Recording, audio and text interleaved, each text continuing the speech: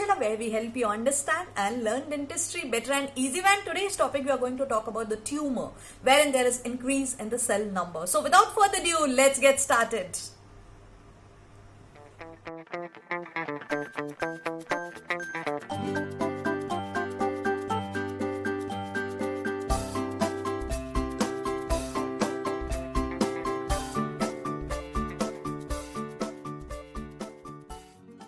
Welcome back to another 10 in 10 series where we cover each topic under 10 headings in 10 minutes. And today's topic is osteosarcoma. Osteo means bone, sarcoma means neoplasm, malignant neoplasm. Oma means benign.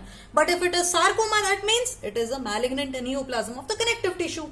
So osteosarcoma is a highly malignant neoplasm of the bone. In fact, it is the most common primary malignant tumor of the bone. So before we get started, make sure you subscribe to our channel and click on the bell icon so that you don't miss any of our future notification.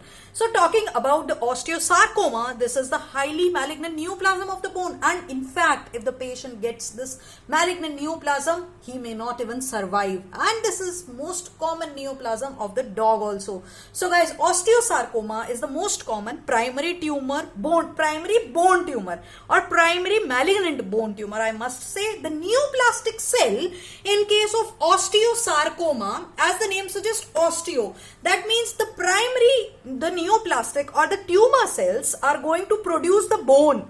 So there is going to be excessive bone formation, there will be production of osteoids, or there may be production of immature bone cells within the tumor. So within the tumor we will see that there are bone cells, there are osteoids or immature bone which is present in the tumor. So how does this tumor arise? Either it can be because of trauma, which was the previous belief. Now it is said that it can be a radiotherapy to the pre-existing bone disease, and can be any bone disease.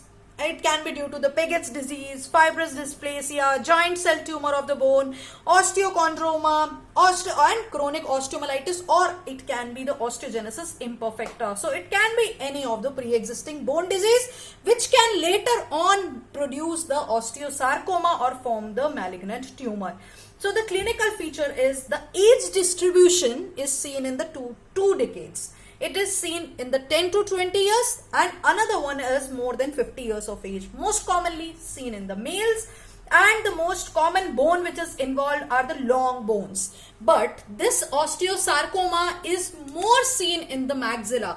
Earlier, whichever tumor we have covered, most of the tumor were mostly in the mandible, but in case of osteosarcoma, the maxilla is more commonly involved, but the predilection is very slight. So the maxilla is slightly more commonly involved than the mandible. And if we talk about maxilla, then we have the palate, alveolar ridges, or the maxillary antrum, which is the sinus which is involved. Or in the mandible, if it is involved, it will involve the symphysis, angle, ramal, as well as the temporomandibular joint. So talking about the osteosarcoma, what happens? There is a fast enlarging, painful swelling of the jaw which will cause the expansion as well as distortion of the cortical plates. So every time if there is any swelling which is a fast enlarging, definitely it is going to cause the expansion and distortion of the cortical plates. And because it is causing the expansion and the distortion of the cortical plates, so there is facial deformity. There will be very severe facial deformity, and because of that the patient will have difficulty in taking the food.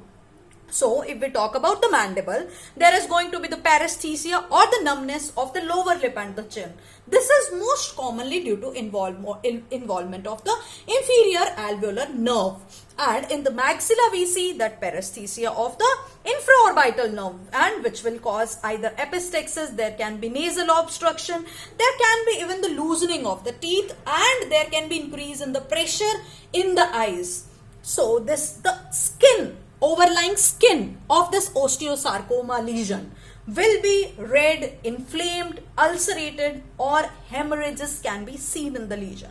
Now, if we look at the radiograph, which is very important, so if we look at the X-ray of the osteosarcoma, we will have two kind of X-ray. One, if it is osteolytic type. Osteolytic type means the osteosarcoma will destruct the bone.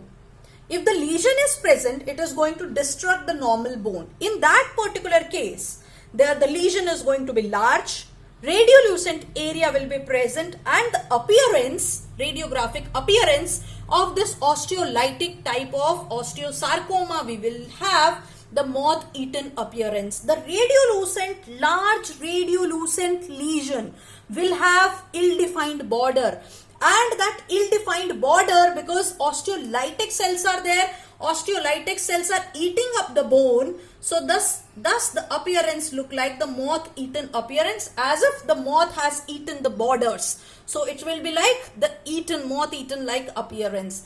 Then because of that, there is a resorption of the root. So how the resorption of root occurs in case of osteosarcoma is, there is tapered narrowing of the teeth. Now at the teeth, at the root resorption, there is occurring the root resorption of the teeth is occurring.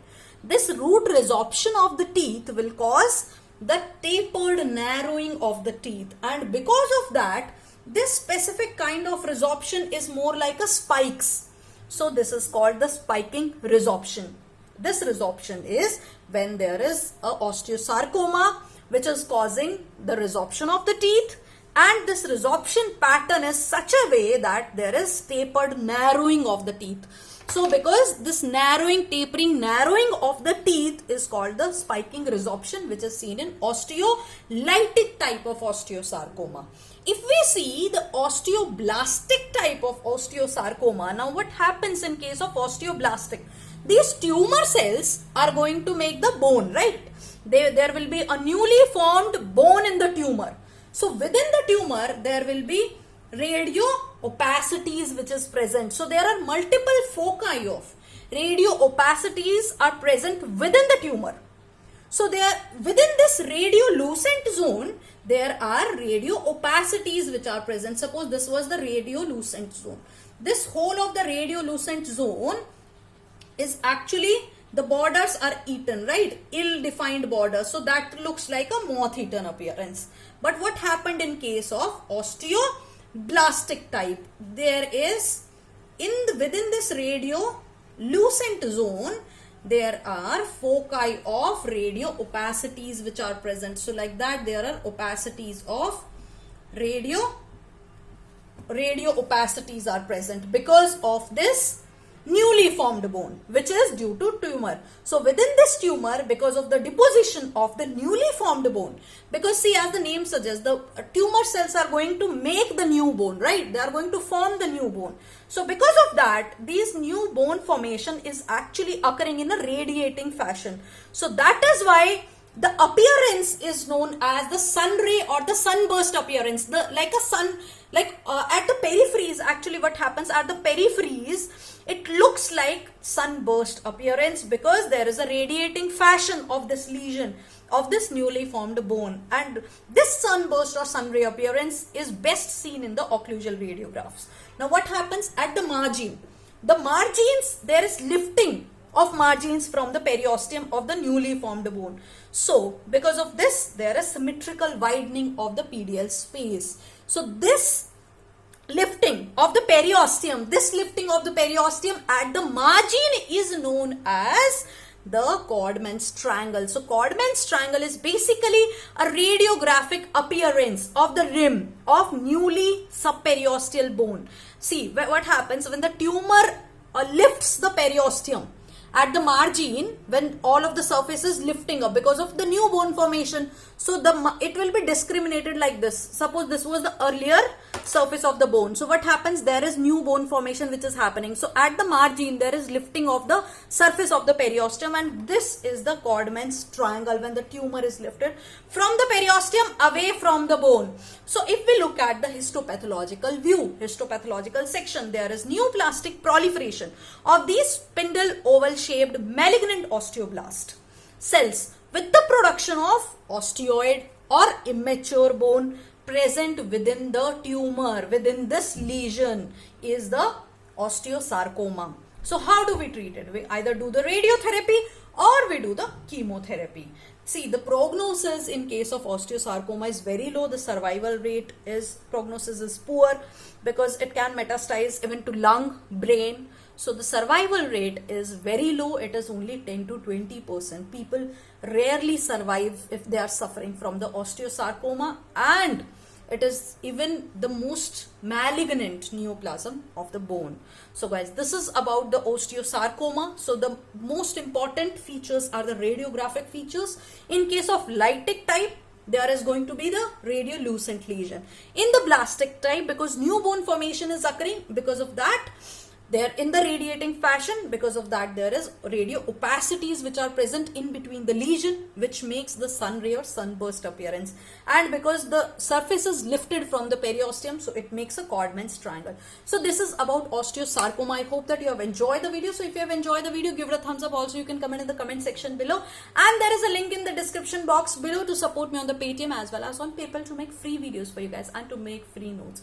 So till then, keep reading, keep learning, stay motivated. I will see you soon in the next video.